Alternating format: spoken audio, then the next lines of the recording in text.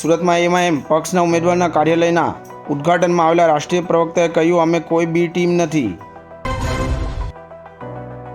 ગુજરાત વિધાનસભા ચૂંટણીની તારીખ હજી જાહેર થઈ નથી, ત્યારે દરેક રાજકીય પક્ષો પોતાના ઉમેદવારોને જીતાડવા માટે અત્યારથી જ કમર કસી રહ્યા છે. ત્યારે સુરતમાં એઆઈએમઆઈએમ પક્ષના ઉમેદવારના કાર્યાલયના ઉદ્ઘાટનમાં આવેલા રાષ્ટ્રીય પ્રવક્તા અને માજી ધારાસભ્ય વારિસ પઠાણે કહ્યું હતું કે અમે કોઈની બી ટીમ નથી. અમારા પર ખોટા આક્ષેપ થઈ રહ્યા છે, જે તદ્દન પાયાવિહોણા છે. આ વખતે અમે ગુજરાતની ઘણી સીટ પર લડીશું અને જીત મેળવીશું. સુરતના હોડી બંગલા ખાતે આવેલા કોહિનૂર પ્લાઝામાં ઉમેદવાર વસીમ કુરેશીના કાર્યાલયનું ઉદ્ઘાટન થયું હતું. આ પ્રસંગે વારિસ પઠાણે કહ્યું હતું કે ભાજપ અને કોંગ્રેસ દ્વારા વર્ષોથી ગુજરાતમાં શાસન કરવામાં આવી રહ્યું છે. કોંગ્રેસે 30 વર્ષ અને ભાજપે 27 વર્ષ શાસન કર્યું છે, તેમ છતાં કોઈ જ વિકાસના કામો થયા નથી. ये मैं आपको जवाब दूंगा, थोड़ा एलोबरेट करके बताता हूँ. यहाँ भाजपा 27 साल से है. हम लोग नहीं लड़े 27 साल. हम लड़े थे पहली मर्तबा गुजरात में चुनाव लास्ट कॉरपोरेशन का हो गई. सूरत से हम नहीं लड़े कि हम दिन कम थे.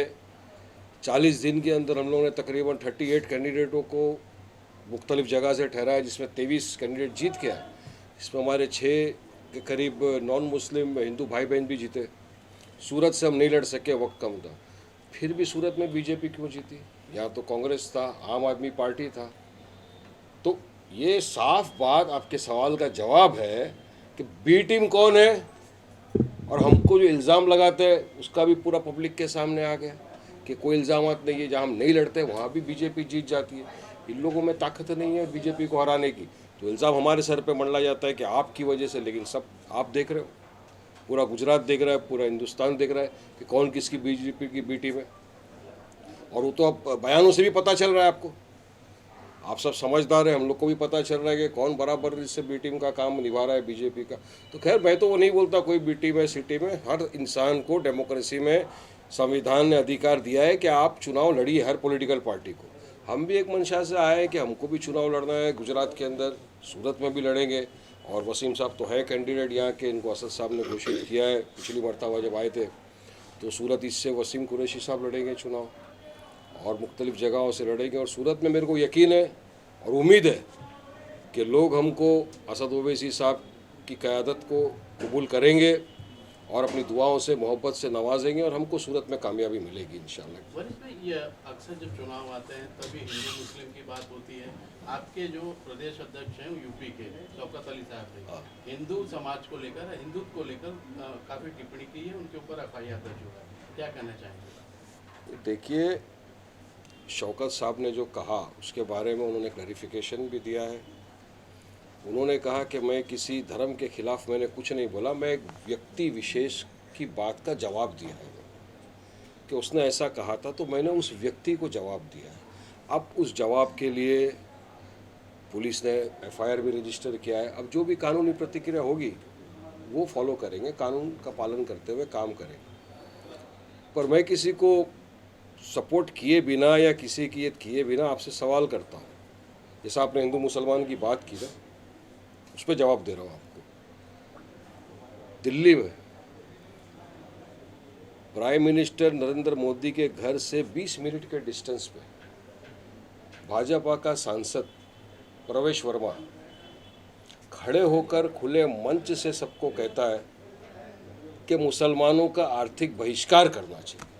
अब जिस संविधान की शपथ लेकर वो सांसद बने, वहाँ से खड़े रह के वो आवाज़ लगाते हैं जो असंवैधानिक है, पूरा उल्लंघन है संविधान का. वहाँ से आवाज़ लगाते हैं कि मुसलमानों का आर्थिक बहिष्कार करना चाहिए. कौन कौन मेरे साथ है? सब लोग हाथ उठाते.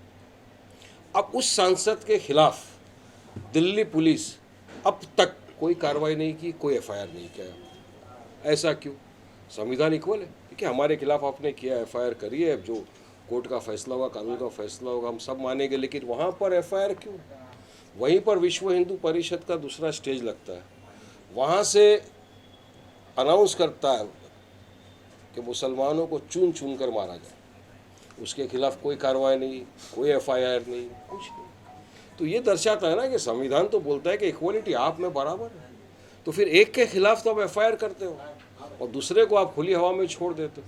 तो यही बोल रहे हैं ना हम लोग इतने टाइम से कि जो भाजपा वाले इन्होंने एक खुली तरह से मुसलमानों के प्रति जंग जैसा ऐलान कर दिया। हर रीत से आप देखो, लाउड स्पीकर से शुरू किया, अजान पे आए, हमारे मदरसों पे आए, नमाज कोई पढ़ रहा था मॉल के पास रास्ते के पास, उसको अरेस्ट कर लिया। हिजाब तो चल ही रहा है, ज्ञानव्यापी चल रहा है, आपको पता है। तो हर रीत से भाजपा पोलराइज करने की पूरी कोशिश कर रही है चुनाव को, और उनका तो जो 2 से लेकर 360 तक पहुंच गए, ये करते करते आ गए। गाय, मंदिर, मस्जिद, दंगा, उसके सिवा काम की क्या बात करते हैं, हेल्थ पे कहाँ बात करते हैं। अगर आप आज उनको सवाल करो बढ़ती हुई महंगाई पे, बेरोजगारी पे, अनएम्प्लॉयमेंट जो इतना बढ़ गया है, जीडीपी पे, डॉलर के बनिस्बत रुपया जो इतना आगे बढ़ चुका है, 82.35 चला गया, 100 भी क्रॉस कर देगा। आप ये सवालों के लिए भाजपा जो सत्ता में उससे सवाल करो ये सारी चीज़ें कि इसका क्या जवाब है आपके पास, चीता से फांस भाग जाएंगे वो लोग। जवाब नहीं है। अब जब लोग जवाब करते हैं, हम लोग जवाब मांगते, सवाल का सवाल है, जवाब दो। सारी चीज़ का ध्यान भटकाने के लिए भाजपा अपने असली मुद्दे पे आ जाती है। हिजाब पे आ गए, अब ज्ञानव्यापी चल रहा है, इस तरह की भाषणबाजियाँ हो रही। धर्म सांसद में कितनी भाषण किया, धर्म सांसद में तो क्या क्या बोल दिया था। बच्चों को धर्म सांसद लगता है क्यों, ताकि आप उसको गीता का पाठ पढ़ाओ, मगर वहाँ पर खड़े होकर भाषण दिया जाता है, बच्चों को बोला जाता है बेटा कलम कागज़ छोड़ दे, तलवार उठा, मुसलमानों का नरसंहार कर दे, कॉल फॉर मुस्लिम जेनोसाइड दिया जाता है जैसे, और उनके खिलाफ कार्रवाई कहाँ होती। अगर किसी को समझो भूले चूके अगर अरेस्ट भी कर लिया तो 1 दिन में जमानत पे आ जाता है। तो हम तो यही चाहते हैं ना, कायदे कानून का पालन करना सबका अधिकार, सबको करना चाहिए, रूल ऑफ लॉ फॉलो होना चाहिए, मगर सबके लिए बराबर कानून, इक्वालिटी होना। हरीश भाई,